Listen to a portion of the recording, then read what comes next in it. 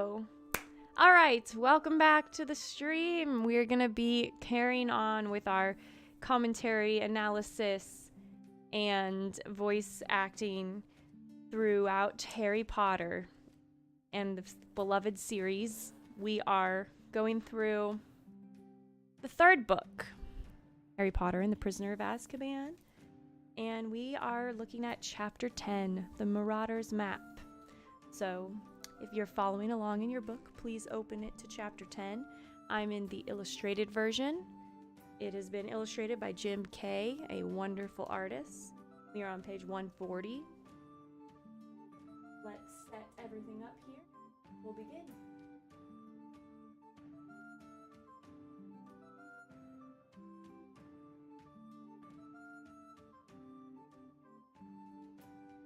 Great.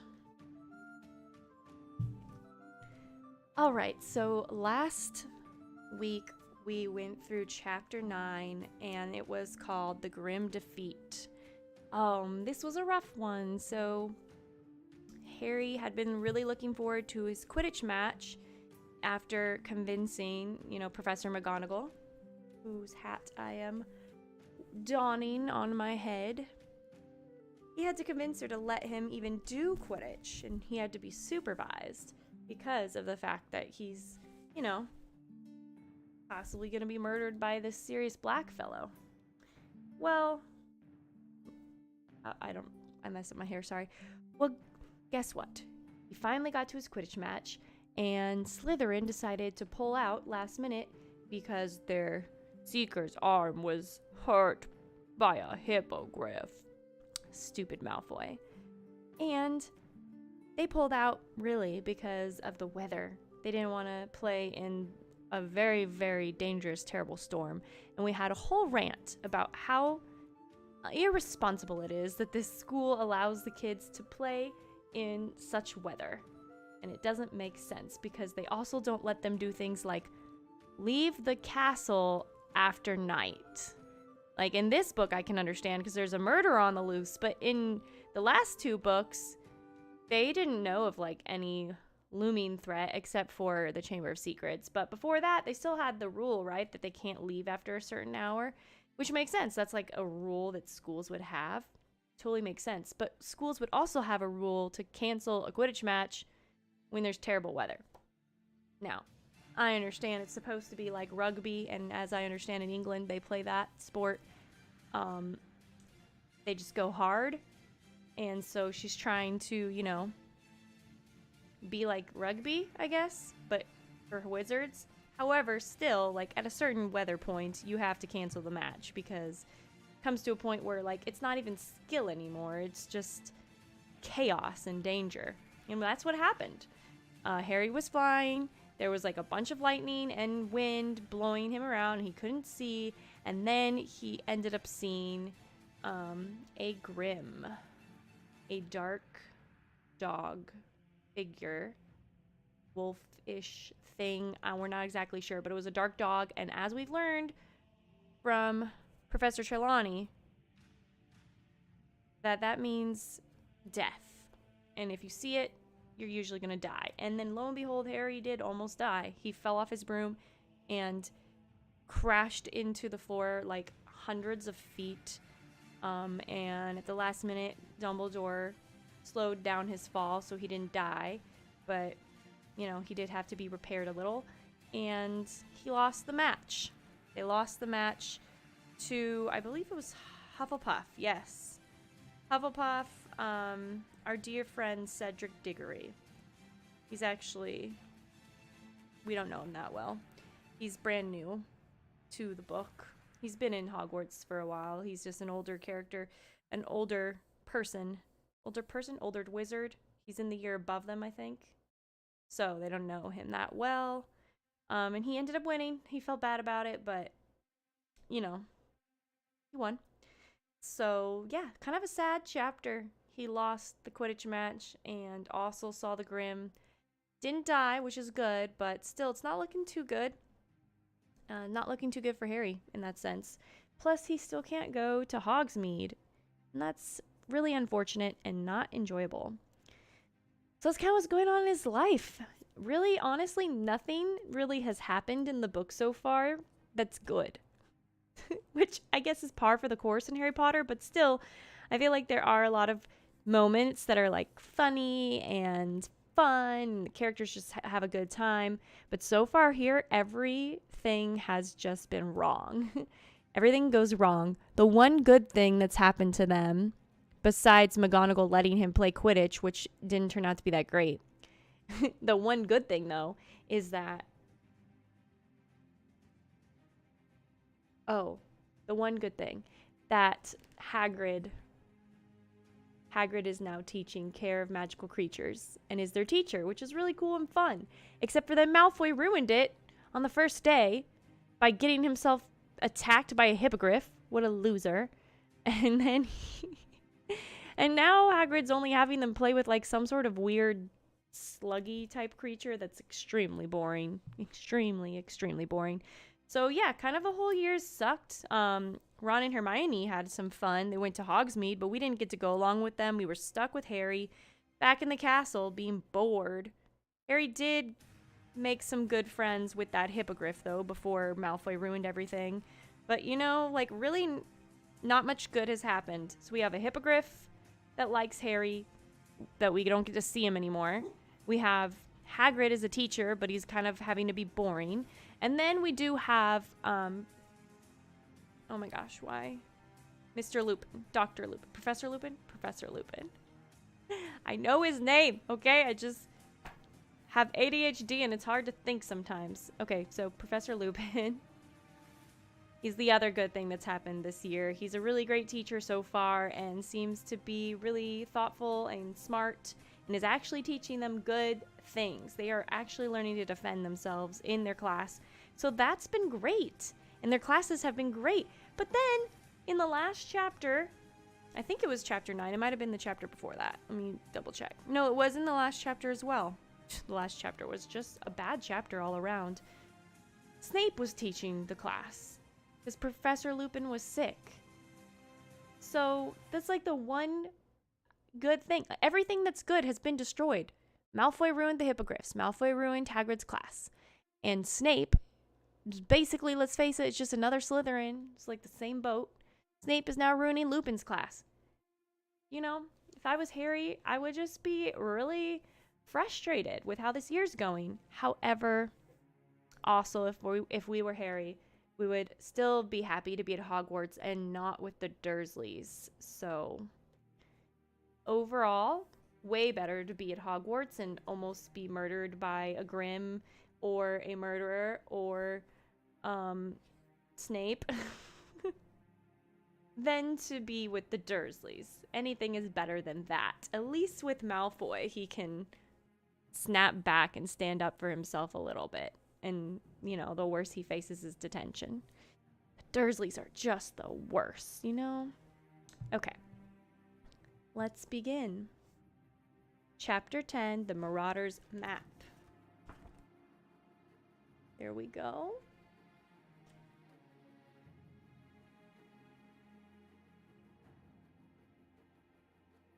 Up here.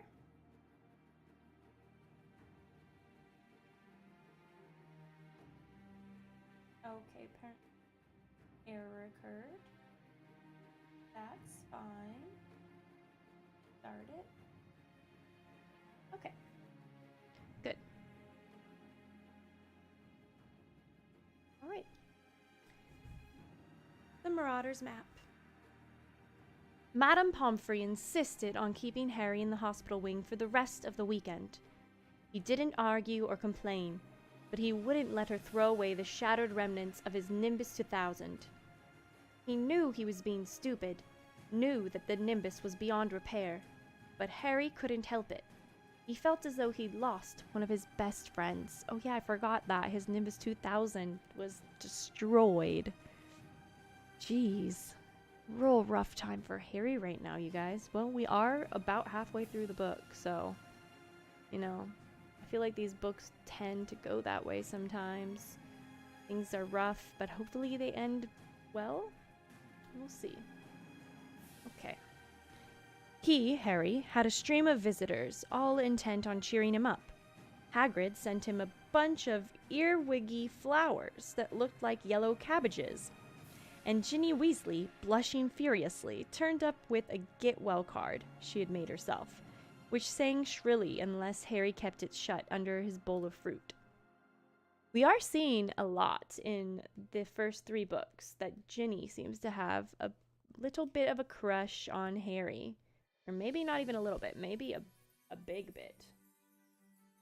Oh, what is that? I don't want that to pop up. Sorry about that. Hold on. That'd be so large. Okay. Go. Okay. Yeah, so Ginny has a little bit of a crush. The Gryffindor team visited again on Sunday morning, this time accompanied by Wood, who told Harry in a hollow, dead sort of voice that he didn't blame him in the slightest.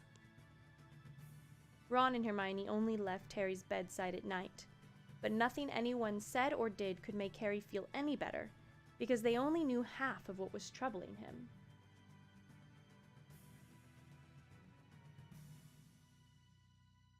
I don't understand. I don't understand your comment. It sounds like you're trying to be a troll, but you didn't do a very good job of it. But welcome. He hadn't told anyone about the Grim, not even Ron and Hermione, because he knew Ron would panic and Hermione would scoff. The fact remained, however, that it had now appeared twice, and both appearances had been followed by near-fatal accidents. The first time, he had nearly been run over by the night bus. The second, fallen 50 feet from his broomstick. So we're talking about how many times he's seen the Grim, which is twice, which is usually more than most wizards do, because usually you see it and then you die. Well, that's fun. Was the Grim going to haunt him until he actually died? Was he going to spend the rest of his life looking over his shoulder for the beast? And then there were the Dementors.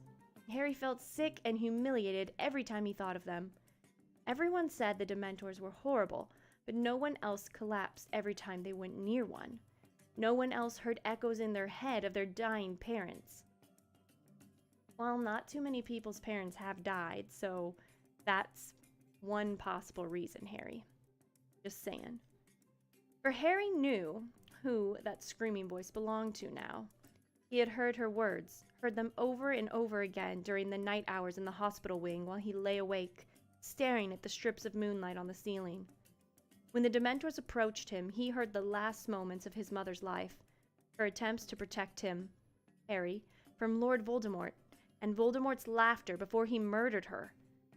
Harry dozed fitfully, sinking into dreams full of clammy, rotted hands and petrified pleading, jerking awake only to dwell again on the sound of his mother's voice. That's dark. It was a relief to return on Monday to the noise and bustle of the main school, where he was forced to think about other things, even if he had to endure Draco Malfoy's taunting. Malfoy was almost besides himself with glee at Gryffindor's defeat. He had finally taken off his bandages and celebrated having the full use of both arms again by doing spirited imitations of Harry falling off his broom.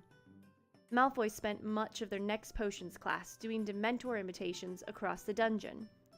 Ron finally cracked, flinging a large, slippery crocodile heart at Malfoy, which hit him in the face and caused Snape to take 50 points from Gryffindor. Probably worth it. Probably worth it.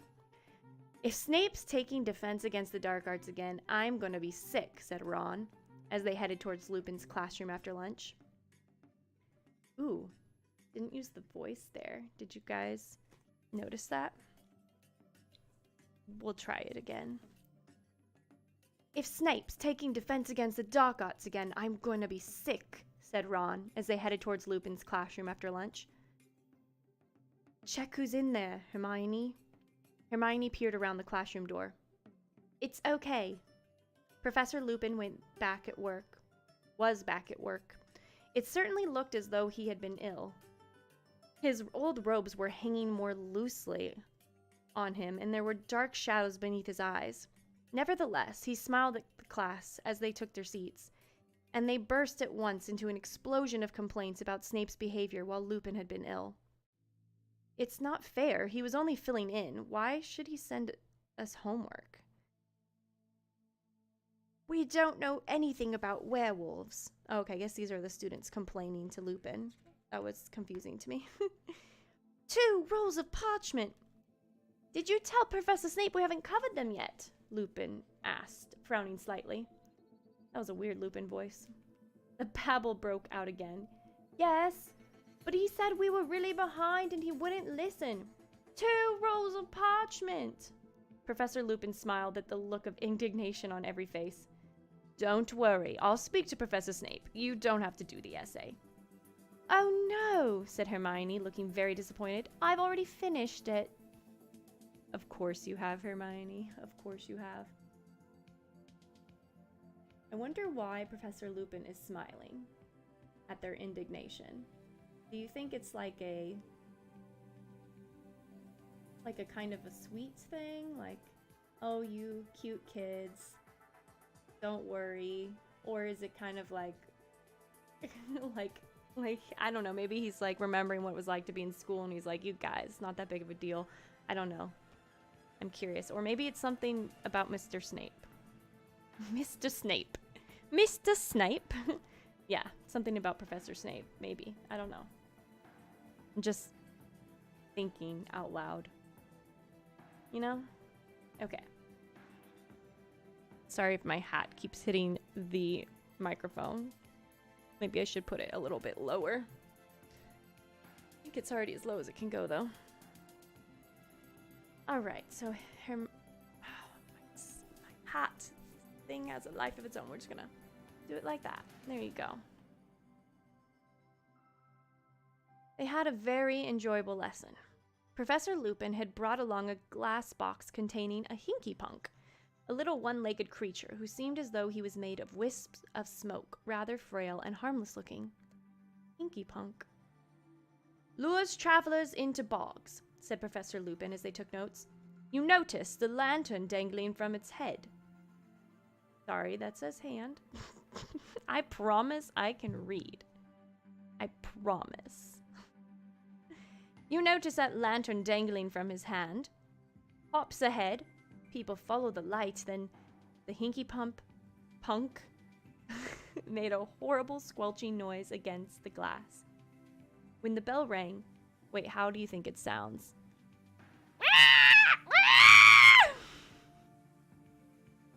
Maybe like that, possibly.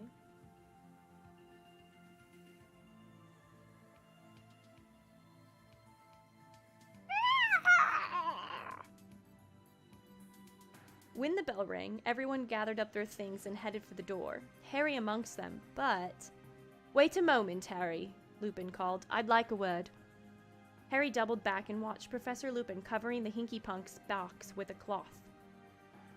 I heard about the match, said Lupin, turning back to his desk and starting to pile books into a briefcase. And I'm sorry about your broomstick. Is there any chance of fixing it? No, said Harry. The tree smashed it to bits. Lupin sighed. They planted the whopping willow the same year I arrived at Hogwarts. People used to play a game trying to get near enough to touch the trunk. In the end, a boy called Davy Gudgeon. Gudgeon? Don't know how you would say that. Gudgeon? Davy Gudgeon nearly lost an eye, and we were forbidden to go near it. No broomstick would have a chance. Did you hear about the Dementors, too? Said Harry with difficulty. Lupin looked at him quickly. Yes, I did. I don't think any of us have seen Professor Dumbledore more angry. They have been growing restless for some time, furious at his refusal to let them inside the grounds. I suppose they were the reason you fell? Yes, said Harry. He hesitated, and then the question he had asked burst from him before he could stop himself. Why do they affect me like that? Am I just... It has nothing to do with weakness, said Professor Lupin sharply, as though he had read Harry's mind. The Dementors affect you worse than the others because There are horrors in your past that the others don't have. Oh, what? Who was right? Yep, I was right. I said that, essentially. Essentially, that is what I said. I said that it was because he's seen his parents died or whatever. That was basically what I said, okay? I'm basically as smart as Professor Lupin. Do not question. Accept it. Okay. A ray of wintry sunlight fell across. Fell across? Fell across. Thank you for the alert, Kurusu. Hope you're doing well. Okay. The Dementors affect you worse than the others because there are horrors in your past that others don't have. A ray of wintry. It's so hard to switch from British to English so quickly, but I am practicing it, so that is what we are doing here, okay? We are practicing. A ray of wintry sunlight fell across the classroom, illuminating Lupin's gray hairs and the lines of his young face. He's young, okay. I wonder how young is young. Dementors are among the foulest creatures that walk this earth. They infest the darkest, filthiest places. They glory in decay and despair. They drain peace, hope, and happiness out of the air around them. Even muggles feel their presence, though they can't see them. Get too near a Dementor and every good feeling, every happy memory will be sucked out of you. If it can, the Dementor will feed on you long enough to reduce you to something like itself. Soulless and evil. You'll be left with nothing but the worst experiences in your life, and the worst that has happened to you, Harry, is enough to make anyone fall off their broom. You have nothing to feel ashamed of. What a nice guy. Just a real nice guy, you know what I mean? When they get near me, Harry stared at Lupin's desk, his throat tight. I can hear Voldemort murdering my mom. Lupin made a sudden motion with his arm as though he had made to grip Harry's shoulder, but thought better of it. There was a moment's silence, then... Why did they have to come to the match? Said Harry bitterly. They're getting hungry, said Lupin, coolly, shutting his briefcase with a snap. Dumbledore won't let them into the school, so their supply of human prey is dried up. I don't think they could resist the large crowd around the Quidditch pitch. All that excitement, emotions running high, it was their idea of a feast. Azkaban must be terrible, Harry muttered. Lupin nodded grimly. Fortress is set on a tiny island, way out to sea. But they don't need walls and water to keep the prisoners in. Not when they're all trapped inside their own heads, incapable of a single cheerful thought. Most of them go mad within weeks. But Sirius Black escaped from them, Harry said. He got away. Lupin's briefcase slipped from the desk. He had to stoop quickly to catch it. Yes, he said, straightening up. Black must have found a way to fight them. I wouldn't have believed it possible. Dementors are supposed to drain a wizard of his powers if he is left with them too long. You made the Dementor on the train back off, said Harry suddenly. There are certain defenses one can use, said Lupin. But there was only one Dementor on the train. The more there are, the more difficult it becomes to resist. What defenses? Said Harry at once. Can you teach me? I don't pretend to be an expert at fighting Dementors, Harry. Quite the contrary. But if the Dementors come to another Quidditch match, I need to be able to fight... Oh, sorry, that was Harry. It's unclear, but it is Harry, so we'll switch to his voice. But if the Dementors come to another Quidditch match, I need to be able to fight them off. Lupin looked into Harry's determined face, hesitated, and then said, Well, all right. I'll try and help. But it'll have to wait until next term, I'm afraid. I have a lot to do before the holidays. I chose a very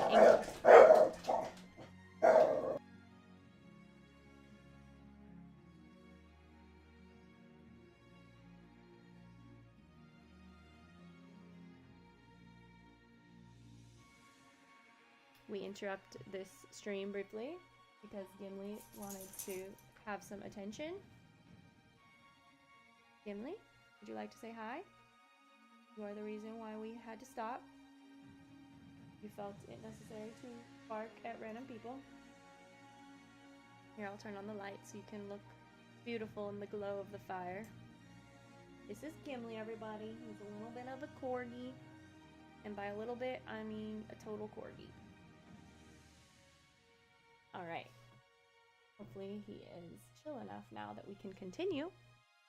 Thanks for bringing everything to our attention, Gimli. Thank you. Okay. Where were we? Okay. I'll try, but it'll have to wait till next term, I'm afraid. I have a lot to do before the holidays. I chose a very inconvenient time to fall ill. I'll say, how rude of you, Lupin. Why did you choose to get ill? Who wants to choose to get ill? With the promise of an anti-Dementor lessons from Lupin, the thought that he might...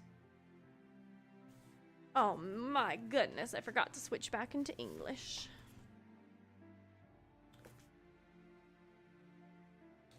Alright, thank you guys for your patience with me as I am practicing my voice acting and narrating on the spot skills. Generally, when narrating different characters, you would record one great way would be to record all the characters all at once so that you don't have to switch in and out of voices, because that's very challenging and most people not do that very consistently. And then you would record all the narrators at once, and then you would record all of the other characters until you've recorded everything, and then you would piece it together. And there's really cool software for audiobook narrators to do that makes it super easy. But since we are reading aloud, we've got to do it on the fly, and I am practicing, so thanks for your patience. Okay. Where were we again? Harry. Okay, so with the promise of anti-Dementor lessons from Lupin, the thought that he might never have to hear his mother's death again, and the fact that Ravenclaw flattened Hufflepuff in their Quidditch match at the end of November, Harry's mood took a definite upturn. Now, remember, in the last chapter, they said that Ravenclaw would have to defeat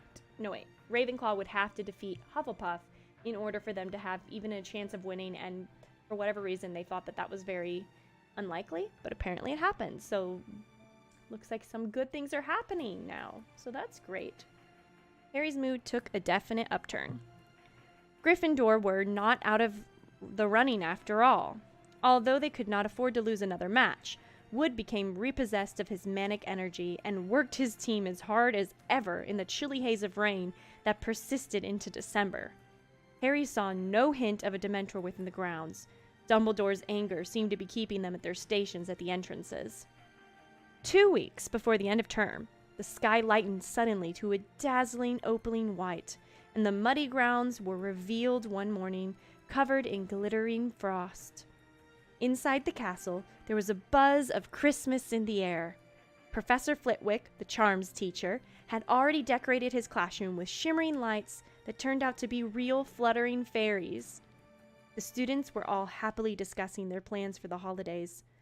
Both Ron and Hermione had decided to remain at Hogwarts, and though Ron said it was because he couldn't stand 2 weeks with Percy, and Hermione insisted she needed to use the library, Harry wasn't fooled. They were doing it to keep him company. Company? Thanks for keeping me company. They were doing it to keep him company, and he was very grateful. Those are good friends. What nice friends they are. So sweet. Probably wouldn't do that for my friend. Just saying. Well, I guess they go like every weekend or something, or once a month. I don't know. I guess if you go on a regular basis, it's okay to miss one time, but if I had like a field trip at my school and my friend didn't get a permission slip, I'd be like, sorry about that, dude, but I really want to go to Disneyland. So, love ya. Okay. I'm a great friend.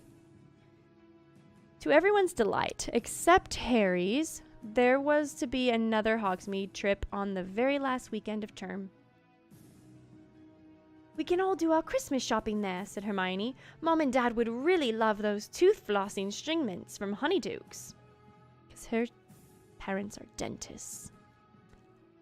Resigned to the fact that he would be the only third year staying behind again, Harry borrowed a copy of Which Broomstick from Wood and decided to spend the day reading up on different makes. He had been riding one of the school brooms at team practice, an ancient shooting star, which was very slow and jerky. He definitely needed a new broom of his own. On the Saturday morning of the Hogsmeade trip, Harry bid goodbye to Ron and Hermione, who were wrapped in cloaks and scarves, then turned up the marble staircase alone and headed back towards Gryffindor Tower. Snow had started to fall outside the windows, and the castle was very still and quiet. "Psst, Harry." He turned, halfway along the third corridor, to see Fred and George peering out at him. I hate when I do that. You start reading the comma like a regular comma, and then you realize it was not a regular comma. He turned halfway along the third corridor to see Fred and George peering out at him from behind a statue from behind the statue of a humpbacked, one-eyed witch. She sounds beautiful. "What are you doing?" said Harry curiously. "How come you're not going to Hogsmeade?" "We've come to give you a bit of a festive cheer before we go," said Fred with a mysterious wink. "Come in here." He nodded towards an empty classroom to the left of the one-eyed statue. Harry followed Fred and George inside. George closed the door quietly and then turned, beaming, to look at Harry. "Early Christmas present for you, Harry," he said. Fred pulled something from inside his cloak with a flourish and laid it on one of the desks. It was a large, square, very worn piece of parchment. Again. Grammar dictates that you should separate description words by commas, but also speech dictates that you should pause at commas. However, you should not pause that much at a comma with descriptive words, so it sounds really weird when I'm reading it and I have to decide on the spot how to read the sentence in a way that fits, but I don't know what the rest of the sentence is going to say because I can only read as I talk. Maybe there's maybe I need to practice reading ahead. I feel like that's a skill you could learn, but it's a bit challenging to talk and read ahead at the same time. Anyway, so let's reread that sentence so it makes a little more sense. It was a large, square, very worn piece of parchment with nothing written on it. Harry, suspecting one of Fred and George's jokes, stared at it. "What's that supposed to be?" "This, Harry, is one of our secrets of success," said George, patting the parchment fondly. "It's a wrench giving it to you," said Fred, "but we decided last night your needs are greater than ours." "Anyway, we know it off by heart," said George. "We bequeath it to you. We don't really need it anymore." "And what do I need with a bit of old parchment?" said Harry. "A bit of old parchment," said Fred, closing his eyes with a grimace as though Harry had mortally offended him. "Explain, George." "Well, when we were in our first year," Harry, young, carefree, and innocent. Harry snorted. How does one snort? How does one snort? I don't feel like that's what she means. He snorted. Why would he do that? They'd be like, "Harry, what's wrong with you?" He probably is like a way of chuckling. How do you think he did that?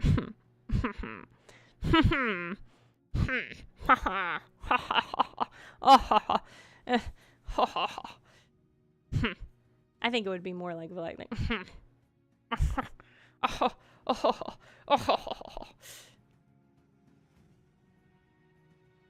Hey, that's not very nice.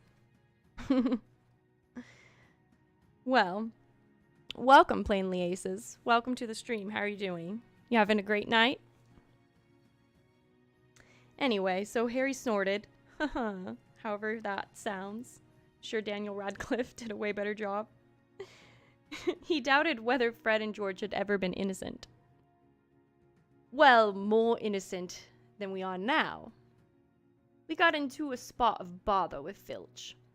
We let off a dung bomb in the corridor and it upset him for some reason.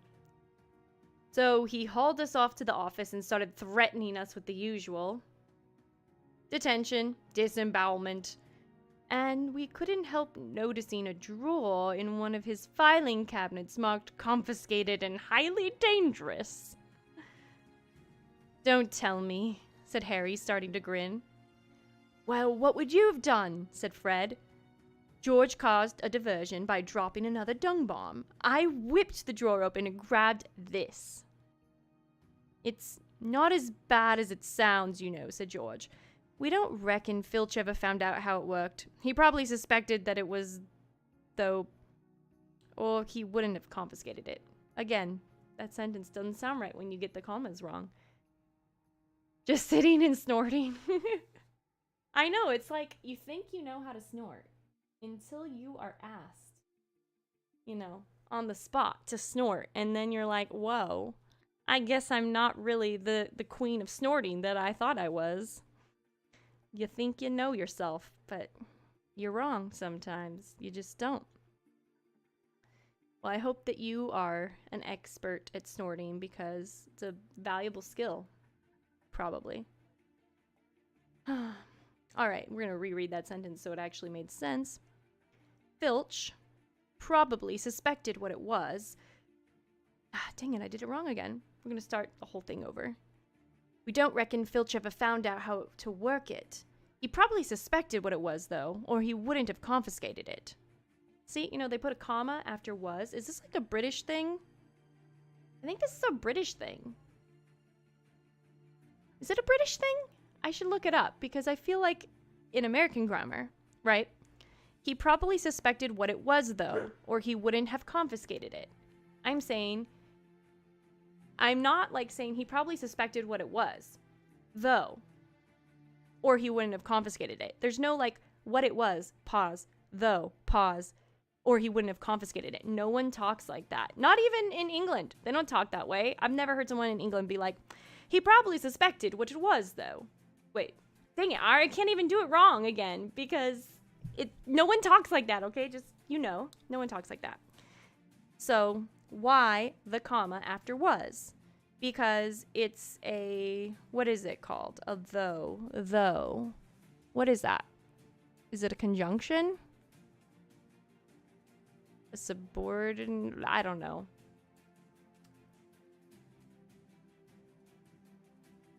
Usually you snort when you laugh. Harry wasn't laughing. I think, yeah, he wasn't laughing. Yeah, good point. I think he was, maybe that's a British thing too. Like they're using the word snort to mean, what's another word for it? Smirk? No. What's the word I'm thinking of?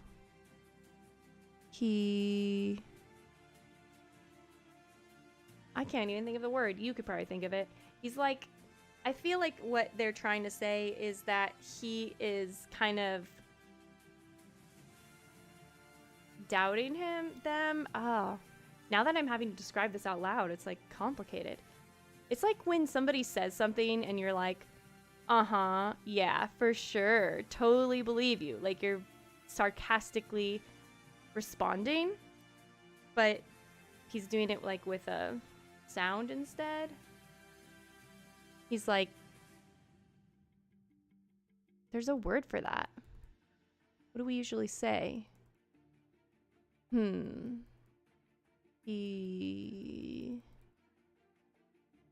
don't know. I'm gonna think of it later though and be frustrated. But yeah, basically I think what it means is that he's kind of like smirking at them like, uh-huh, yeah, sure, you guys, you're totally innocent. Uh-huh, totally. I think that's what he's kind of doing there.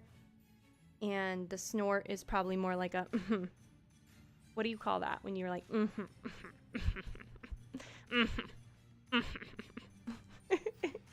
It's like rolling your eyes at somebody, but with huffing instead. Man, English is weird. It's like if you use words on a regular basis, you think you know what they mean, and then when you have to actually explain to someone who doesn't know what they mean, not saying you don't know what it means, but like I'm explaining it as if we didn't know what it meant, then I'm like, oh wait, do I even know what it means? Because I don't even know how to explain it. But like I have an image in my head of what that is, and I understand the context that Harry doesn't really believe him and he's being sarcastic and laughing at them, kind of. It's kind of like a chuckle, maybe. But yeah, anyway. So that's an interesting thing that they say, I guess, in England, snorted when they don't mean snorted. And then also they separate everything with 2 commas. And I feel like that is sometimes necessary when you have a separate clause. Like if you're saying something and then you are adding like an aside, I don't know, what would it be? What would be an example? I love dogs, you know, really hairy dogs, but also all dogs. That's a terrible example, but that might be an example of a type of sentence with 2 commas separating the inner clause.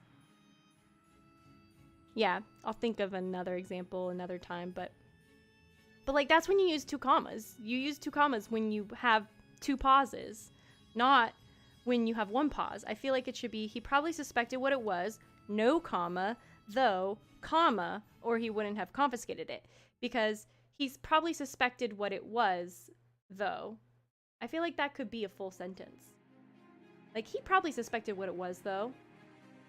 That's a full sentence. But then you add or, the conjunction, he wouldn't have confiscated it. Then you add the comma because you're adding the conjunction. So that is how we do it from my memory, in America. But apparently in England, they add like a double comma, and it makes it really hard to read this thing when you're trying to read it out loud before finishing the sentence, because I'm like, oh, comma, pause, and then I read it, and then I'm like, that made no sense. So yeah, just want to say thank you, British people. British people, that's a weird way to say that. Thank you, British grammar. Thank you, British grammar, for teaching me something interesting, and also don't unthank you for being confusing. Thank you, and also don't thank you. You breathe out heavily, but through your nose. Some people might call it snoring. Yeah, that's true.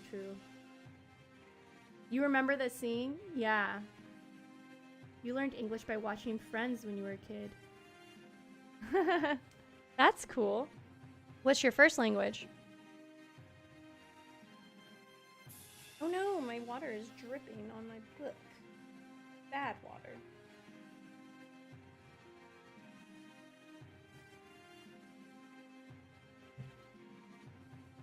Okay.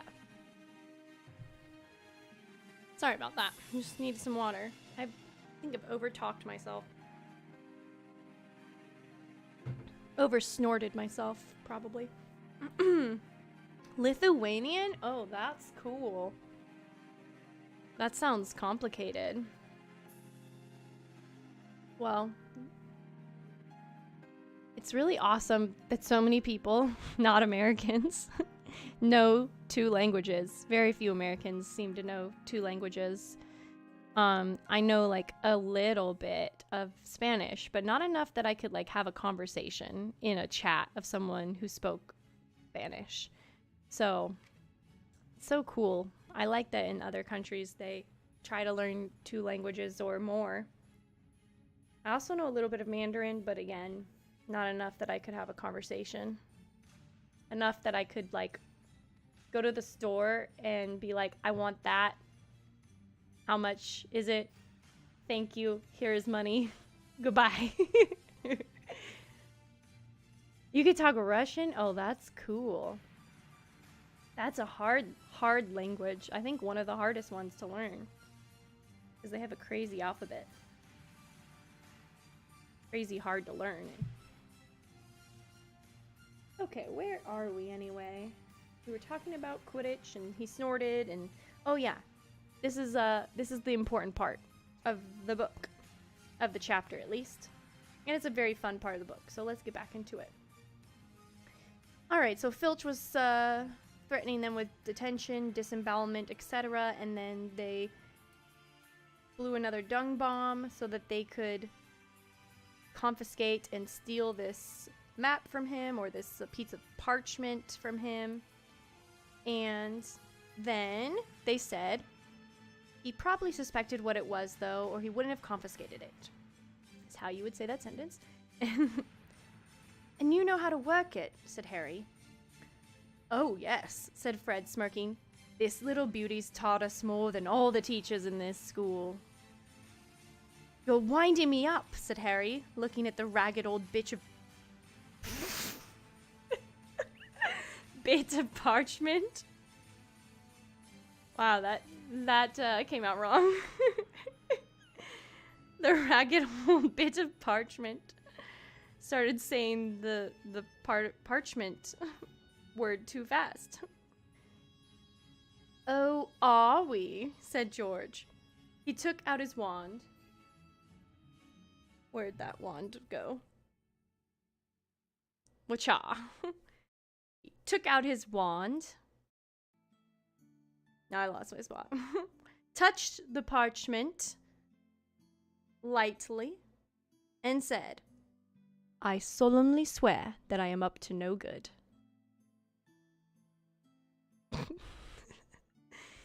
And voila! That's one of the most famous parts of the whole series.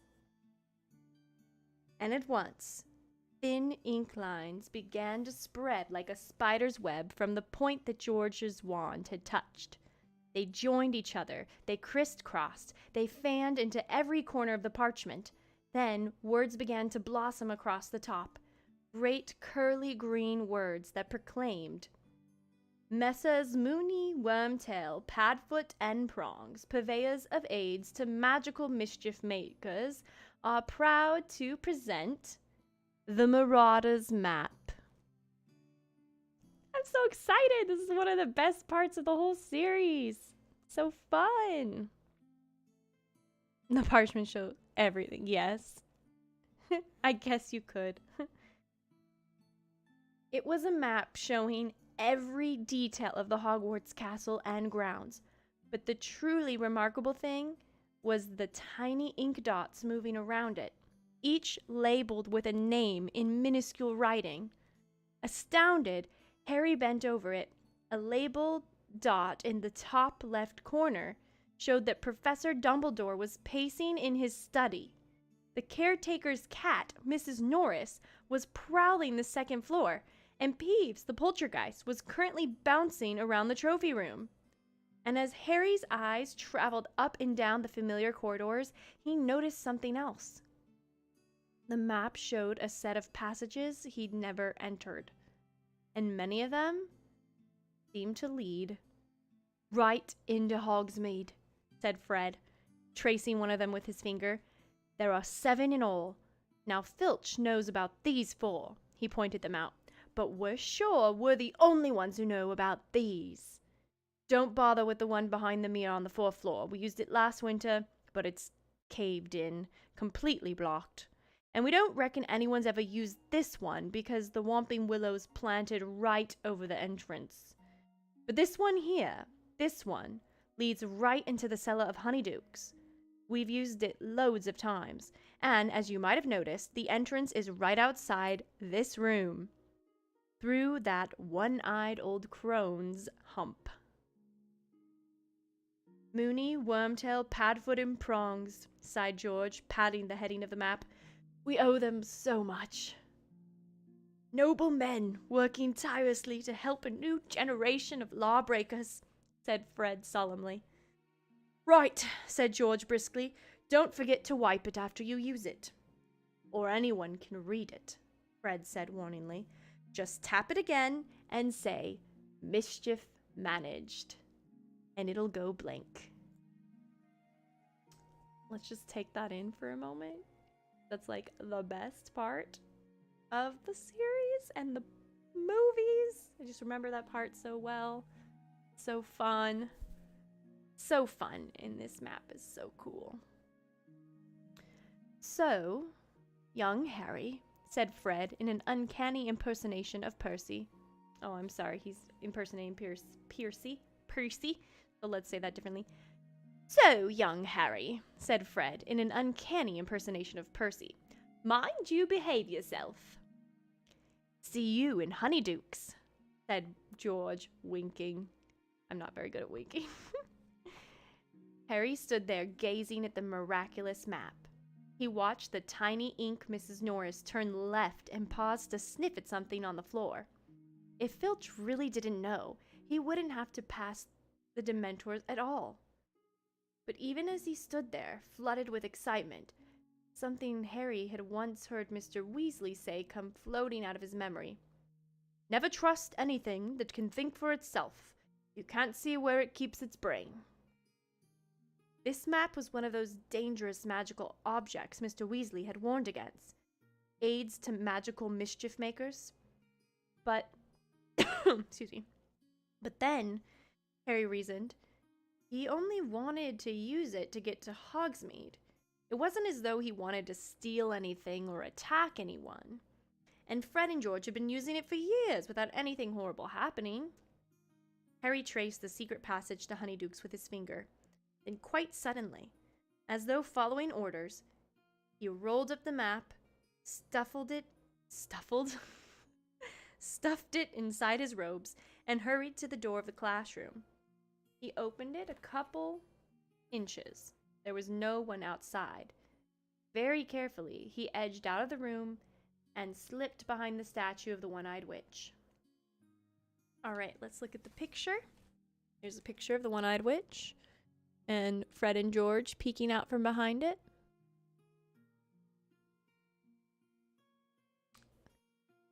And then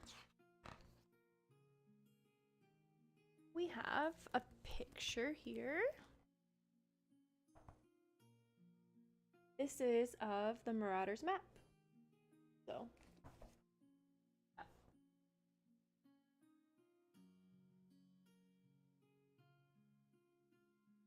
got a lot of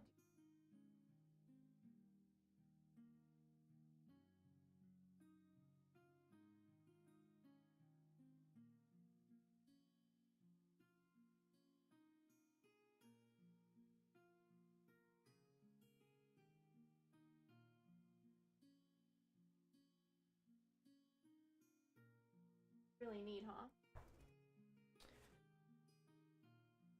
Very, very cool. Okay.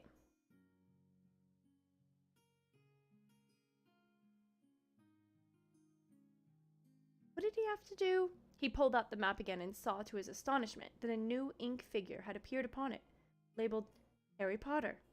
This figure was standing exactly where the real Harry was standing, about halfway down the third-floor corridor.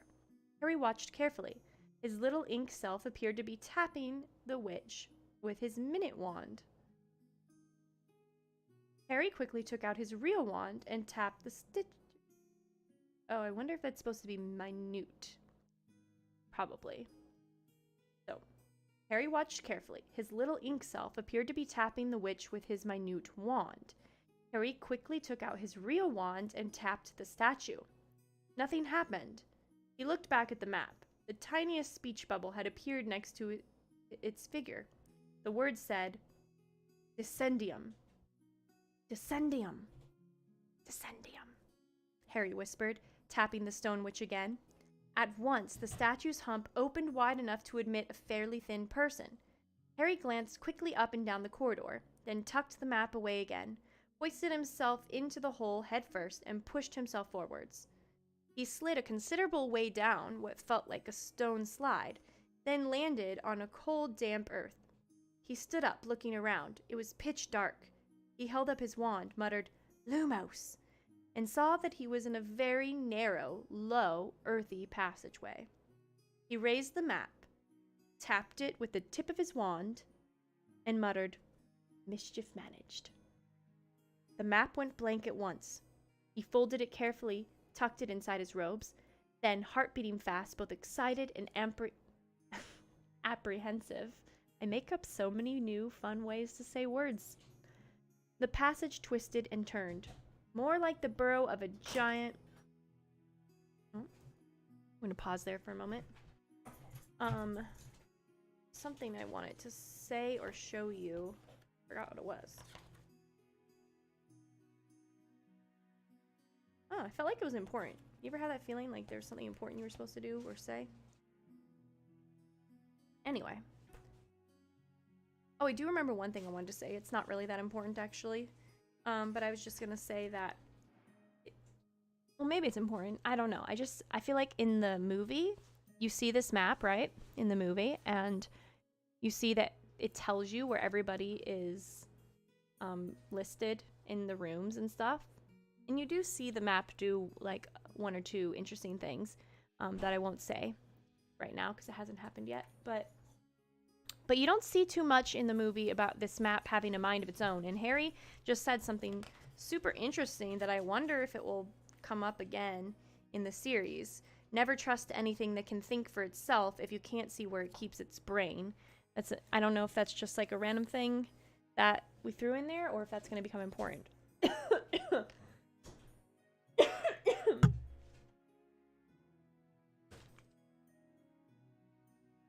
Still recovering from my cold.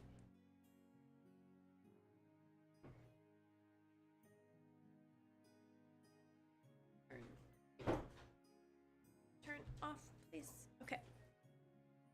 So, anyway, I was just noticing that this map, Harry said out loud, what do I do again? How do I get to the passageway again? And then the map, like, showed himself doing it. And then gave him the word to say.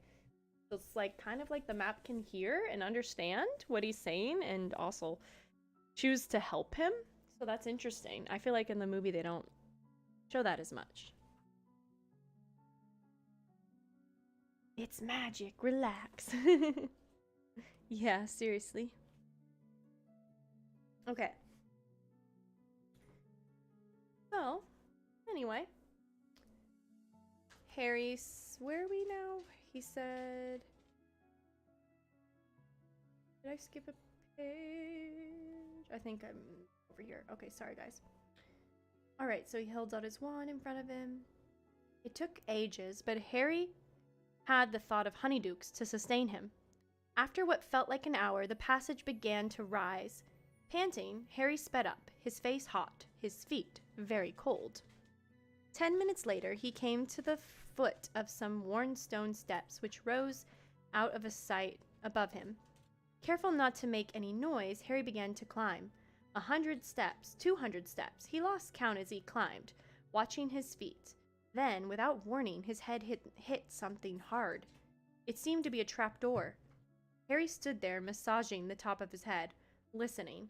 He couldn't hear any sounds above him.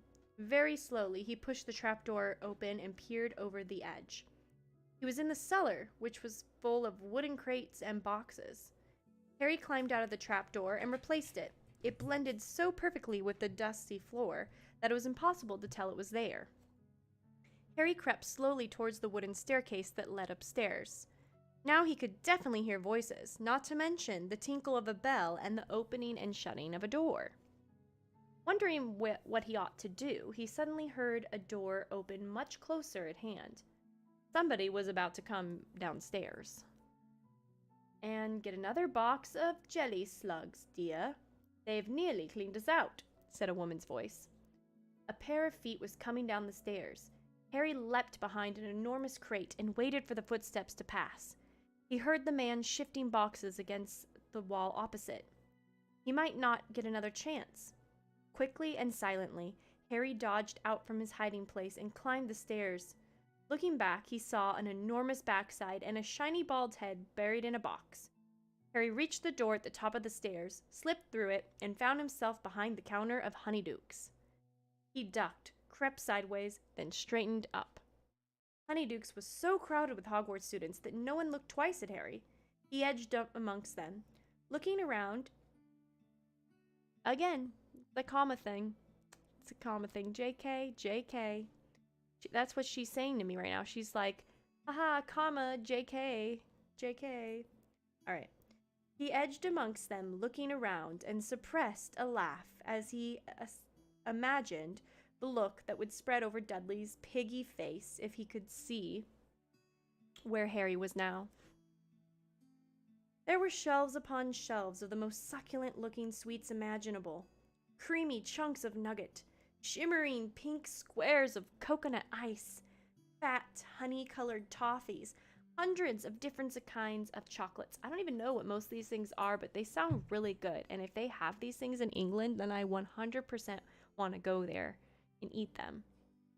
There was a large barrel of every flavor beans, and another of fizzing Whizbees and levitating sherbet balls that Ron had mentioned.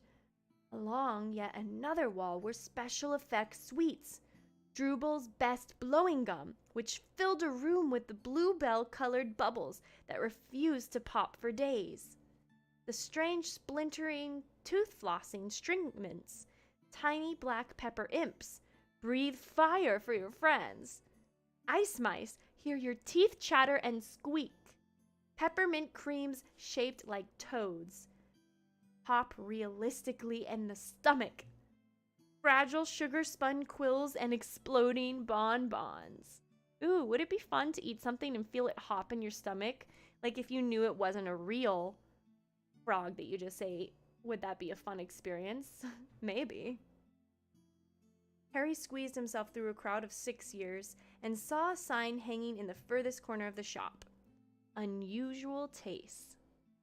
Ron and Hermione were standing underneath it, examining a tray of blood-flavored lollipops. Oh, what kind of blood? Ew. Harry sneaked up behind them. I wonder if different blood tastes different. Is that weird to ask? It's a little weird to ask. Also, did my music, like, suddenly stop? Hold on. I think my music stopped. See if I can get it to come back on. I think it just got a little bit quiet is all. There we go. Hopefully that's not too loud. If it gets too loud, just let me know, guys. Anyway, as I was saying, do different types of animals and things have different tasting blood? I have no idea. But I guess in England and other countries, they do eat blood-flavored things. Not blood-flavored, but like... I know there's like a thing called blood sausage and blood pudding. And blood is involved. And it's okay to eat the blood of certain animals. This is getting creepy. Blood is just creepy to me, okay? Blood is creepy. And I am not used to eating those things because we don't eat it that much in America. But I do wonder if it tastes differently, but not enough to actually try it to find out. Anyway, moving right along. There was also fragile sugar-spun quills and exploding bonbons. Harry squeezed him. Oh, I already read that part. Sorry. That's Ron and Hermione examining those lollipops. Harry sneaked up behind them. No, Harry won't want one of these. They're for vampires, I expect. Oh, that makes sense. Should just kept reading. Should have just kept reading. That would be a very interesting experience. You would have a taste when something is living inside of you. Yeah, that would be really weird. The frogs. Yeah. I don't know. I think I would try it though. You know, because it's not a real frog. And what flavor were they? They were peppermint, I think. Yeah, peppermint cream just sounds like a delicious flavor anyway. And I'm sure it only lasts for like a few seconds, hopefully. Anyway, so apparently the blood lollipops are for vampires, so that makes sense. How about these? Said Ron, shoving a jar of cockroach cluster under Hermione's nose. Definitely not, said Harry. Ron nearly dropped the jar. Harry! Squealed Hermione. What are you doing here? How did you... Wow, said Ron, looking very impressed. You learned to apparate. Course I haven't, said Harry. He dropped his voice so that none of the 6 years could hear him and told them all about the Marauder's map. Oh, I love these moments when they have like a secret between the 3 friends. It's so fun. How come Fred and George never gave it to me? Said Ron, outraged. I'm their brother. But Harry isn't going to keep it, said Hermione. Oh my god, let me do a huge eye roll for Hermione right now. Remember? Classic beginning years Hermione who is afraid of breaking rules. She never quite gets over that 100%, but you know, she does majorly though. Majorly. But she still kind of is her. Anyway. Harry isn't going to keep it, said Hermione, as though the idea was ludicrous. He's going to hand it in to Professor McGonagall, aren't you, Harry? No, I'm not, said Harry. Are you mad? Said Ron, goggling at Hermione. Exactly, I'm on Ron's side here. Hand in something that good? If I hand it in, I'll have to say where I got it. Filch will know Fred and George nicked it. But what about Sirius Black? Hermione hissed. He could be using one of the passages on the map to get into the castle. The teachers have got to know. He can't be getting in through a passage, said Harry quickly. There are 7 secret tunnels on the map, right? Fred and George reckon Filch already knows about 4 of them. And the other 3, one of them's caved in, so no one can get through that. One of them's got the whomping willow planted over the entrance, so you can't get out of it. And the one I just came through, well, it's really hard to see the entrance to it down in the cellar, so unless he knew it was there... Harry hesitated. What if Black did know the passage was there? Ron, however, cleared his throat significantly and pointed to a notice pasted on the inside of the sweet shop. By order of the Ministry of Magic, customers are reminded that until further notice, Dementors will be patrolling the streets of Hogsmeade every night after sundown. This measure has been put in place for the safety of Hogsmeade residents and will be lifted upon the recapture of Sirius Black. It is therefore advisable that you complete your shopping well before nightfall. Merry Christmas.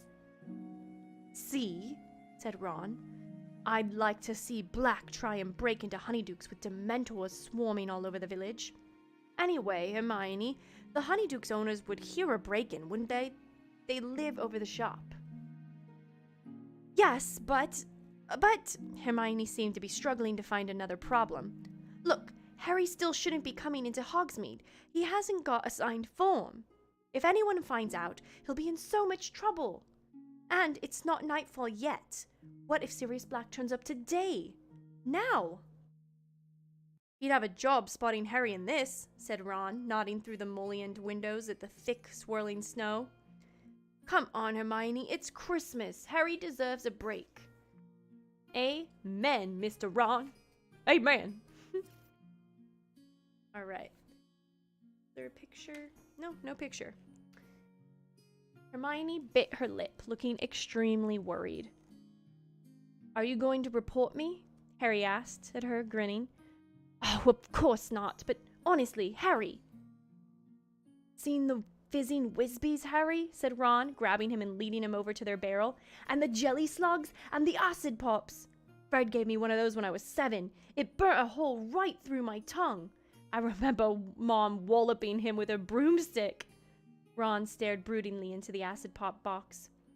Reckon Fred'd take a bit of a cockroach cluster if I told him they were peanuts. That was a question. Reckon Fred would take a bit of a cockroach cluster if I told him they were peanuts? When Ron and Hermione had paid for their sweets, the 3 of them left Honeydukes for the blizzard outside. Guys, I want to go to Honeydukes. I want to go. They have a real one. They do have a real one. It's not like a real one, but it's like one at the, you know, what do they call it? The Harry Potter world? I don't know what it's actually called. I don't think it's actually called Harry Potter World, but, you know, the theme park. The Harry Potter theme park. They have a Honeydukes there. And they do have some of these things, but you know, it's not real magic. It's not actually going to be a frog jumping in your stomach, sadly. But I'm sure it will taste cool. The butter beer there tastes good.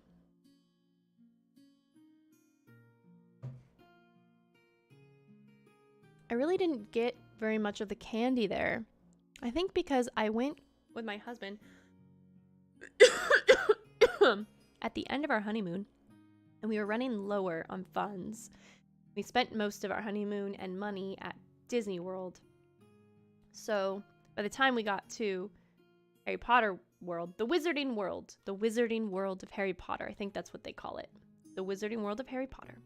By the time we got there, we were lower on funds, and so we spent money on like lunch and things like that, but we didn't spend a ton of money on souvenirs.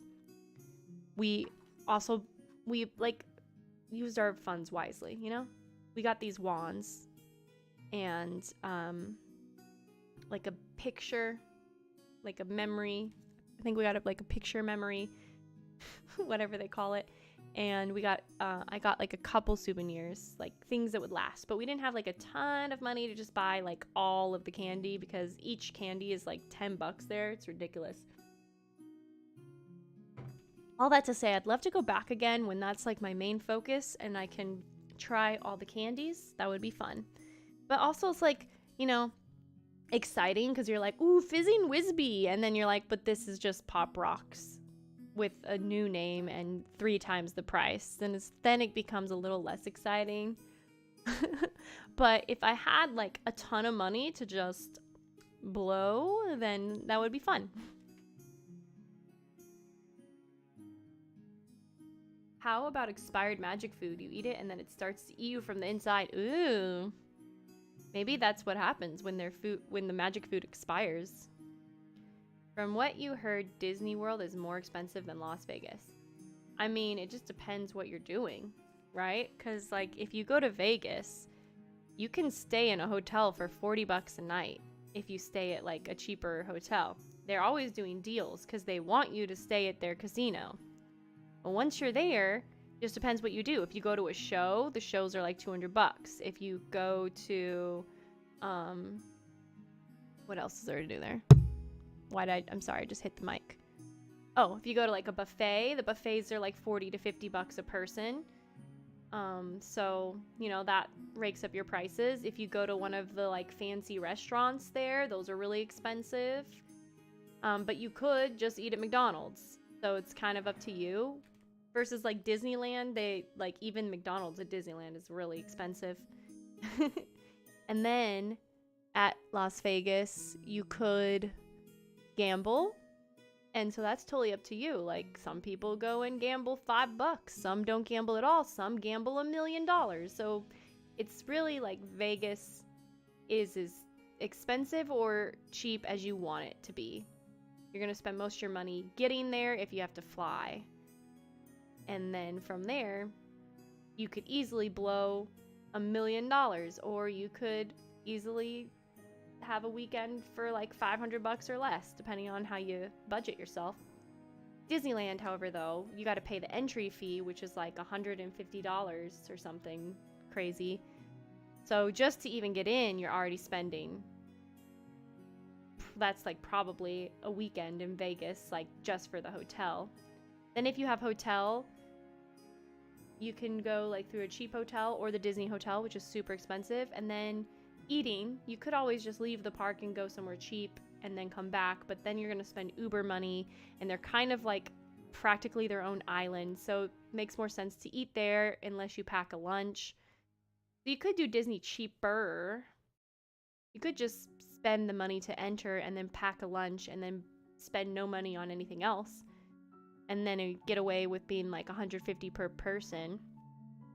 But yeah, probably more expensive than Vegas. All in all, if you try to go about it as a normal person would and not try to be like the most penny pinching. But yeah, it is very expensive. Very, very expensive. Yeah, exactly. Make your own food. Cheaper. But I wouldn't do that. I personally wouldn't do that because I'm like, if I have enough money to go to Disney World or a theme park or whatever, you know, and you have to fly there, you have to get a hotel, I'm gonna just save up enough money to buy the food there too, because it's gonna be like, what, an extra $200? Like, if I'm already saving up $1,000 to go there, then I may as well save up an extra $200 so I can eat food and make it fun and convenient. Or just don't go. Like, wait till I have $200 more. Just save up a little bit longer, you know? It is pricey. I've only been once to Disney World. Only once. It was like 7 years ago. I'd like to go again, but it is expensive. Anyway, let's get back to the book. Back to Harry, where he doesn't have to spend an arm and a leg to get a fizzing Whizbee. So Ron is showing him all the things, the acid pops, the cockroach clusters, and then when they pay for all their sweets, the three of them left Honeydukes for the blizzard outside. Hogsmeade looked like a Christmas card. The little thatched cottages and shops were all covered in a layer of crisp snow. Pardon me. There were holly wreaths on the doors, and strings of enchanted candles hanging in the trees. How fun! Harry shivered. Unlike the other two, he didn't have his cloak. They headed up the street, heads bowed against the wind. Ron and Hermione shouting through their scarves. That's the post office. Zonko's is up there. We could go up to the shrieking shack. Ooh, 3 times combo. Nice, nice. Yeah, it's true. You can find easy and cheap food with Google. Tell you what, said Ron, his teeth chattering. Shall we go for a butterbeer and the 3 broomsticks? What a cute way to say that. I feel like young kids don't speak like that these days, but it was super cute. Sounds like something like my grandma or like a great aunt would say. Well, tell you what. Shall we go for a butterbeer and the 3 broomsticks? Doesn't it sound like an older person would say that? Not like, how old are they? 13-year-old Ron? Anyway, that was very cute, Ron. You're so cute. Harry was more than willing. I'm sorry that my throat is so croggy. Froggy. Just getting over a cold. My voice doesn't like me to talk too much when I'm having a cold. Anyway, Harry was more than willing. The wind was fierce and his hands were freezing, so they crossed the road and in a few minutes were entering the tiny inn. It was extremely crowded, noisy, warm, and smoky. A curvy sort of woman with a pretty face was serving a bunch of rowdy warlocks up at the bar. I feel like that was an interesting way to describe like a hot girl to children. Like, she was a curvy sort of woman with a pretty face, aka she was hot. This hot lady with good hips. Her hips do not lie. She was thick. What are the kids saying these days? She was a thirst trap. I don't know what kids say these days, so pardon me if I am outdated. Anyway, that was J.K. Rowling telling us that she's a thirst trap, and she was serving a bunch of rowdy warlocks up at the bar. Ah! Beautiful.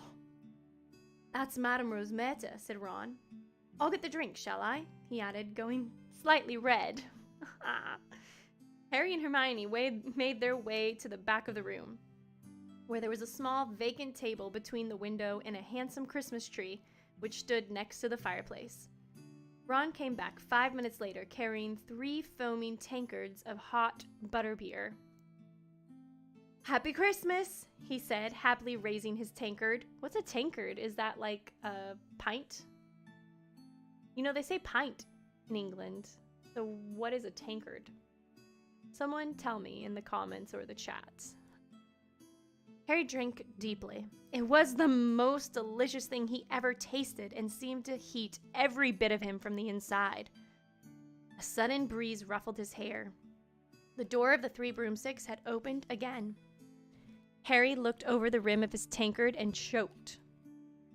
How much more of this do we have to go? Because I might have to finish it another day if my throat is going to be this croggy. Yeah, I'll finish one more page and then we will continue it another day. Usually we do a whole chapter, but my throat is just not wanting to right now. Sorry, guys. We'll get through this page, though. Professor McGonagall and Flitwick had just entered the pub in a flurry of snowflakes, shortly followed by Hagrid, who was deep in conversation with a portly man in a lime green bowler hat and a pinstriped cloak, Cornelius Fudge, Minister for Magic. Ooh, not the kind of people Harry should be running into when he's breaking the rules. In an instant, Ron and Hermione had placed both hands on top of Harry's head and forced him off his stool and under the table. Dripping with butterbeer and crouching out of sight, Harry clutched his empty tankard and watched the teachers and Fudge feet move towards the bar, pause, then turn and walk right toward him. Somewhere above him, Hermione whispered, "Mobilarbus." The Christmas tree beside their table rose a few inches off the ground, drifted sideways, and landed with a soft thump right in front of their table, hiding them from view.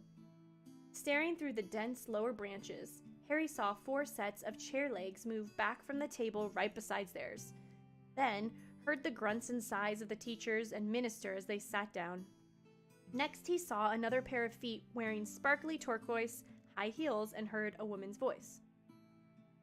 "A small jilly water." "Mine," said Professor McGonagall's voice. "4 pints of mulled mead." "Ta, Rosemerta," said Hagrid. That's not how Hagrid sounds. "Ta, Rosemerta," said Hagrid. "A cherry syrup and soda with ice and umbrella." Said Professor Flitwick, smacking his lips. "So you'll be the red currant rum, Minister." "Thank you, Rosemerta, my dear," said Fudge's voice. "Lovely to see you again, I must say. Have one yourself, won't you? Come and join us." "Well, thank you very much, Minister." Harry watched the glittering heels march away and back again. His heart was pounding uncomfortably in his throat. Why hadn't it occurred to him that this was the last weekend of term for teachers, too? And how long were they going to sit there? He needed time to sneak back into Honeydukes if he wanted to return to school tonight. Hermione's leg gave a nervous twitch next to him. "So what brings you to this neck of the woods, Minister?" came Madame Rosemerta's voice. Oh my god, am I going to make it out alive?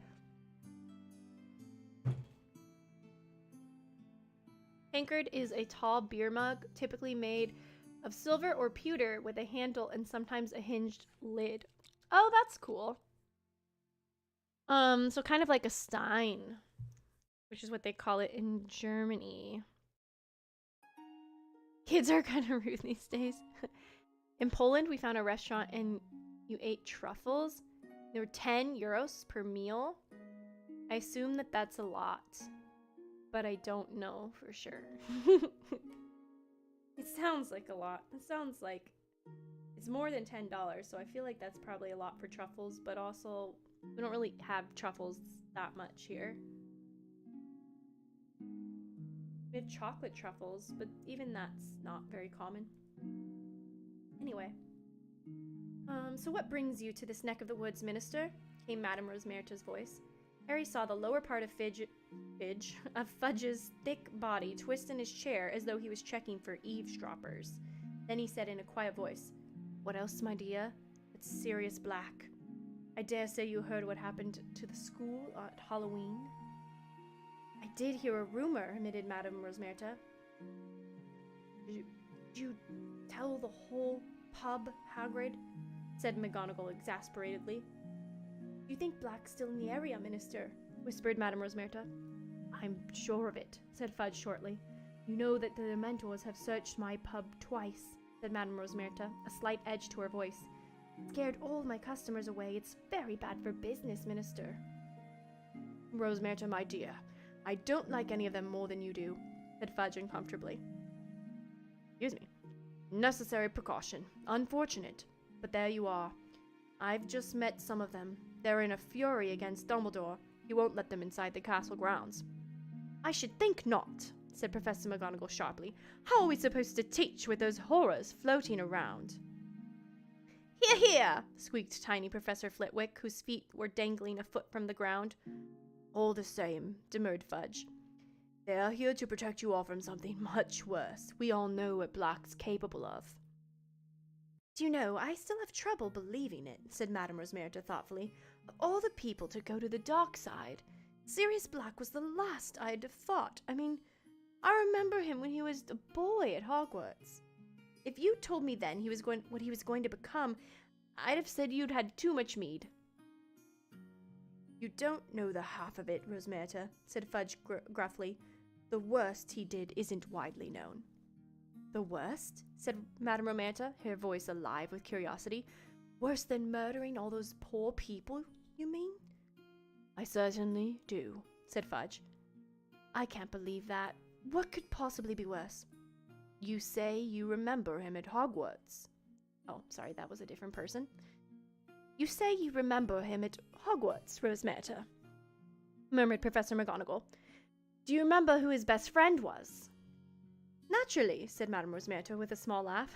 Never saw one without the other, did you? The number of times I had them in here. Oh, they used to make me laugh. Quite the double act, Sirius Black and James Potter. Oh my god. What?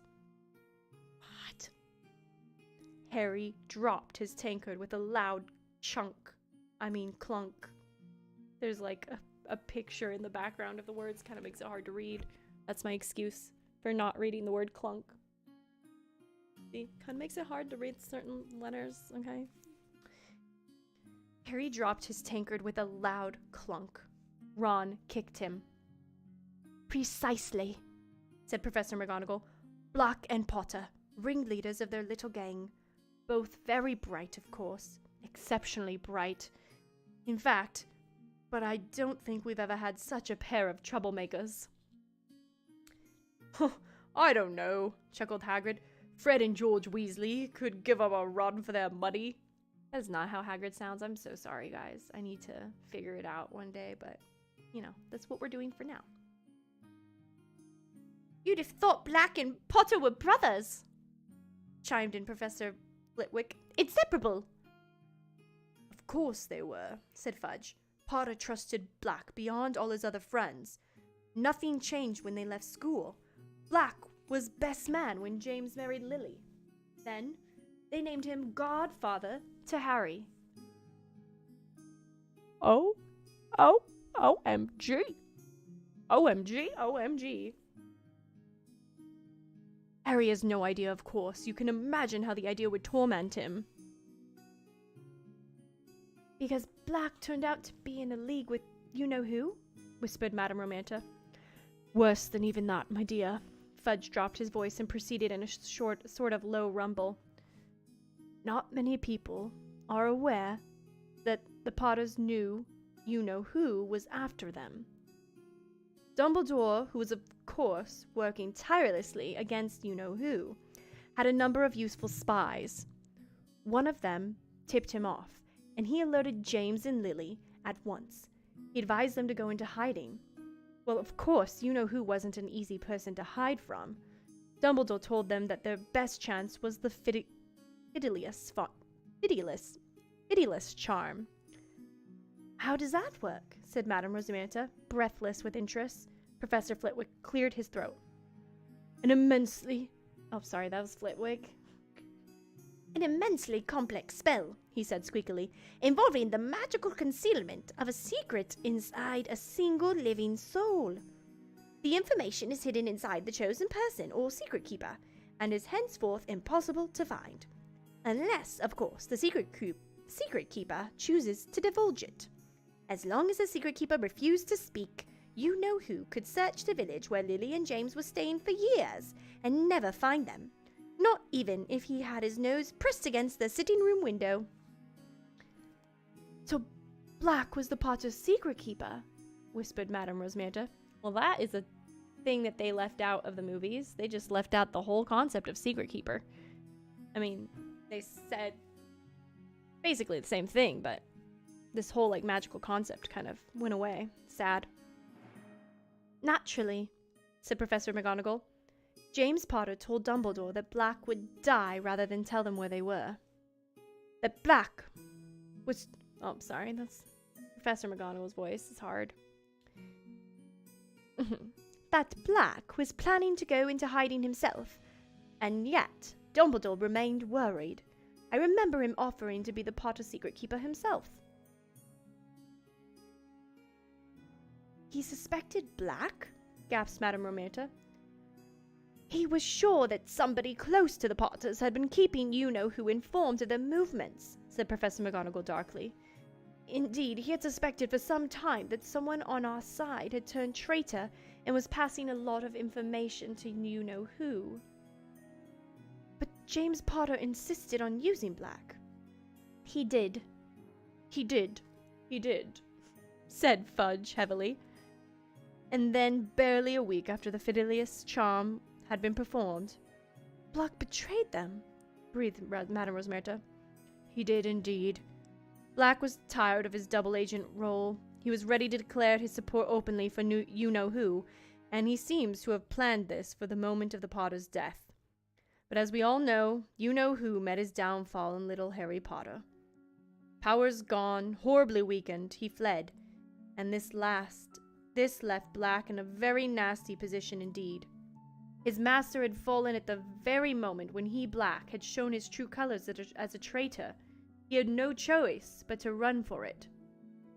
Filthy, stinking turncoat, Hagrid said so loudly that half the bar went quiet. Shh, said Professor McGonagall. I met him, growled Hagrid. I must have been the last to see him before he killed them all people. It was me what rescued Harry from Lily and James' house after they was killed. Just got him out of the ruins, poor little thing, with a great slash across his forehead and his parents dead. And Sirius Black turns up on that flying motorbike he used to ride. It never occurred to me what he was doing there. I didn't know he'd been Lily and James' secret keeper. Thought he just heard the news, you-know-who's attack, and come to see what he could do. White and shaken he was. And you know what I did? I comforted the murdering traitor, Hagrid roared. Hagrid, please, said Professor McGonagall. Keep your voice down. How was I to know he was upset about Lily and James? It was you-know-who he cared about. And then he says, Give Harry to me, Hagrid. I'm his godfather. I'll look after him. Ha! But I had me orders from Dumbledore, and I told Black no. Dumbledore said Harry was to go to his aunt and uncle's. Black argued, but in the end he gave in. Told me to take his motorbike to get Harry there. I won't need it anymore, he says. I should have known there was something fishy going on then. Oh wow, so that motorbike that Hagrid was flying on in the first film / first book was actually Sirius Black's motorbike? Why would he give Hagrid his motorbike, though, if he's trying to help him? I mean, if he's not trying to help him. Wait, he's a traitor, though. Interesting. Alright. I should have known there was something fishy going on. That is fishy. He loved that motorbike. What was he getting him to me for? Why wouldn't he need it anymore? My Hagrid is so bad, you guys. I'm so sorry. Fact was, it was too easy to trace. Oh, that makes sense. Throw him off the scent. Dumbledore knew he'd been to Potter's secret keeper. Black knew he was gonna have to run for it that night. Knew it was a matter of hours before the Ministry was after him. But what if I'd given Harry to him, eh? I bet he pitched him off the bike halfway out to sea. His best friend's son. But when a wizard goes over to the dark side, there's nothing and no one that matters to him anymore.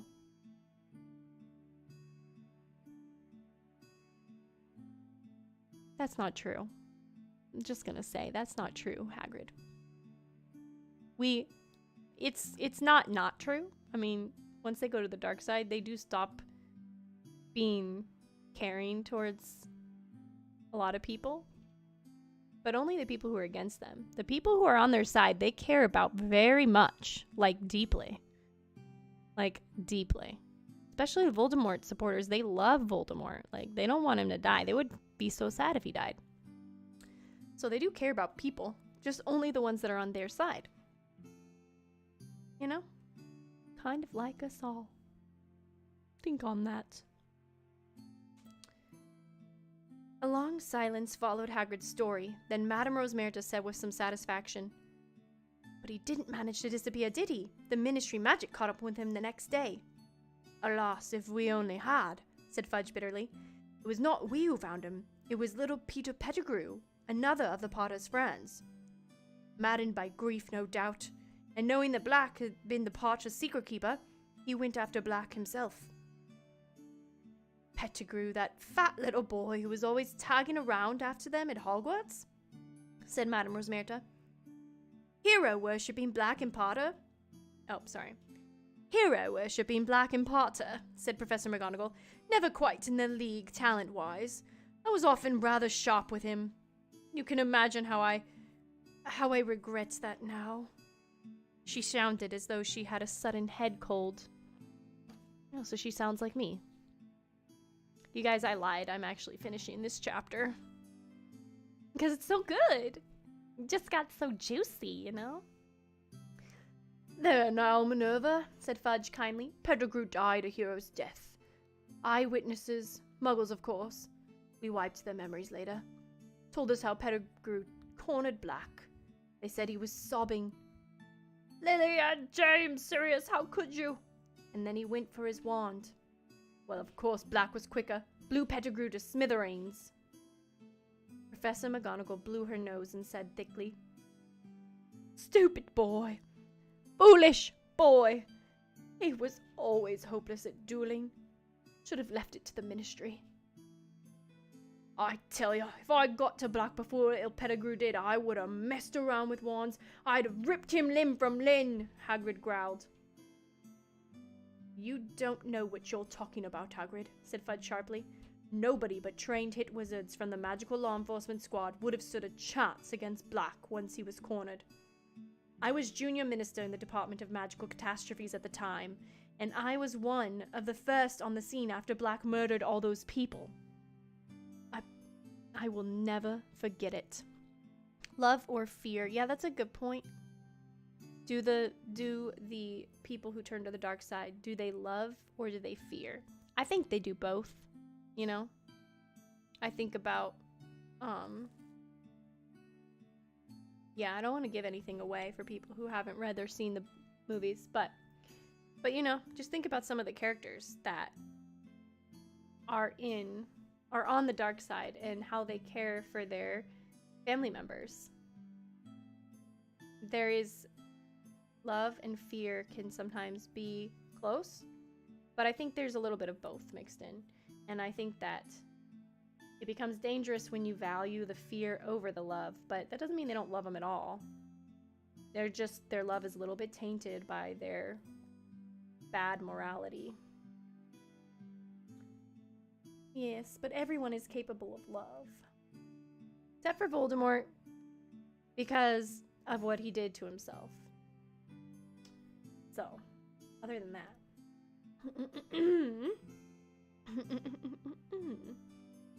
Okay. Fudge. I will never forget it. I still dream about it sometimes. A crater in the middle of the street, so deep it had cracked the sewer below. Bodies everywhere, muggles screaming, and Black standing there laughing with what was left of Pettigrew in front of him. A heap of blood, stained robes, and a few fragments. Fudge's voice stopped abruptly. There was the sound of 5 noses being blown. "Well, there you have it, Rosmerta," said Fudge thickly. "Black was taken away by 20 members of the Magical Law Enforcement Patrol and Pettigrew received the Order of Merlin, first class, which I think was some comfort to his poor mother.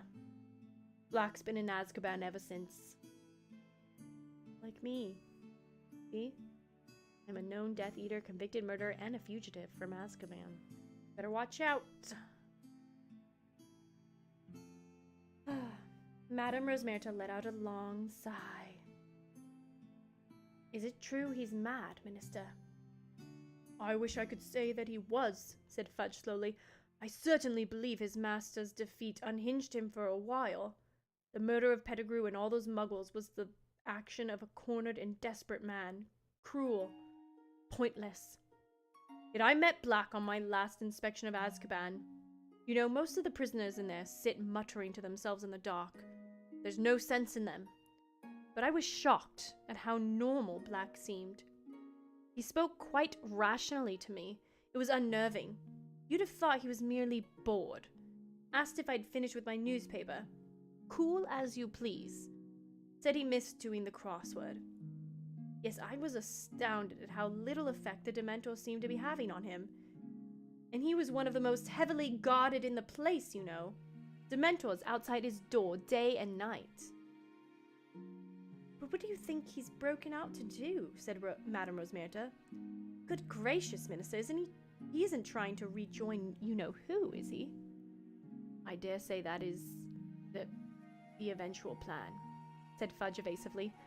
But we hope to catch Black long before that. I must say, you-know-who alone and friendless is one thing, but give him Black, his most devoted servant, and I shudder to think how quickly he'll rise again.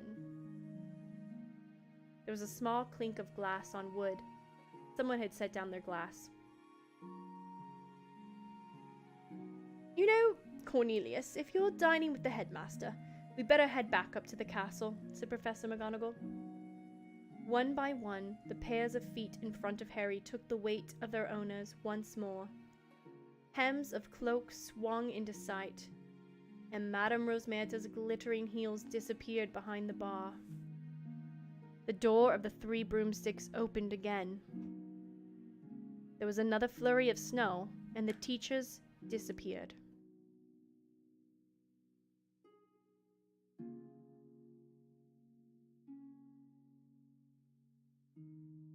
Harry? Ron and Hermione's faces appeared under the table. They were both staring at him, lost for words. Wow. What a sad and chilling end, you guys. That is just... wow. That's a lot to put on this poor boy. He's only 13. And now he's finding out that this guy who he thought was just a murderer trying to come murder him is actually a murderer trying to come murder him, who betrayed his parents and is the reason why his parents are dead. And also probably tried to kill him back then too. And also is a betrayer and gonna help you-know-who. He's not just like a random murderer. He's like all connected to this whole thing in the worst way possible. I can't imagine how Harry feels. What do you even say to your friend at that point? What do you even say? It's completely... You think Voldemort loved himself the most? Yeah, so self-love. But I don't think that's real self-love. True self-love lets yourself have real love, because real love is the most important thing. And, you know, Voldemort started out as a kid who wanted love and didn't get it and turned to the dark side. So he never let himself have what he actually truly really wanted and decided he didn't need it instead. But I'm sure that is what he truly, truly wants. That's why he needs everyone to be devoted and worshiping him all the time. But man, what a chilling chapter. That started out like one of the best, exciting, happy chapters. Like, yay, Harry, you got to win. You got to go to Hogsmeade. Yay.